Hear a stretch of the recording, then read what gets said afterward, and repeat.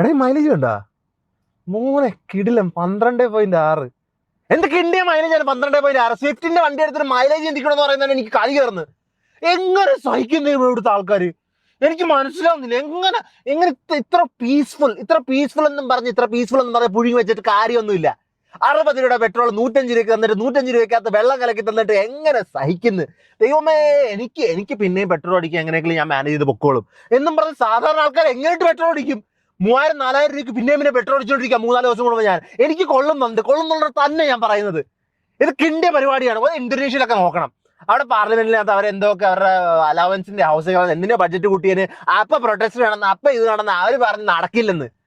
ഇവിടെ വെറുതെ എന്ത് നടന്നാലും 60 രൂപയുടെ സാധനം 105 വിറ്റാലും നമ്മോ.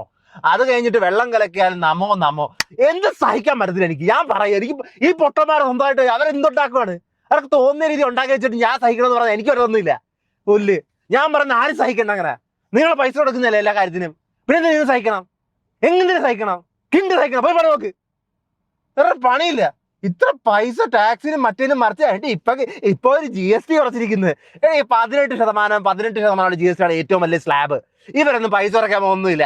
ഇവർ ബാക്കി സ്ഥലത്ത് കൂട്ടിയിട്ട് എവിടുന്നെങ്കിലും 5-4 കൂടുതൽ കിട്ടി കാണത്തുള്ളൂ. പൊട്ടന്മാരെ തല്ലിട്ടിരിക്കുന്ന 2017 ഇവരെ ഇട്ടിട്ട് പിന്നെ ഇവരെ എടുത്ത് മാറ്റുവാണ് ഈ GST.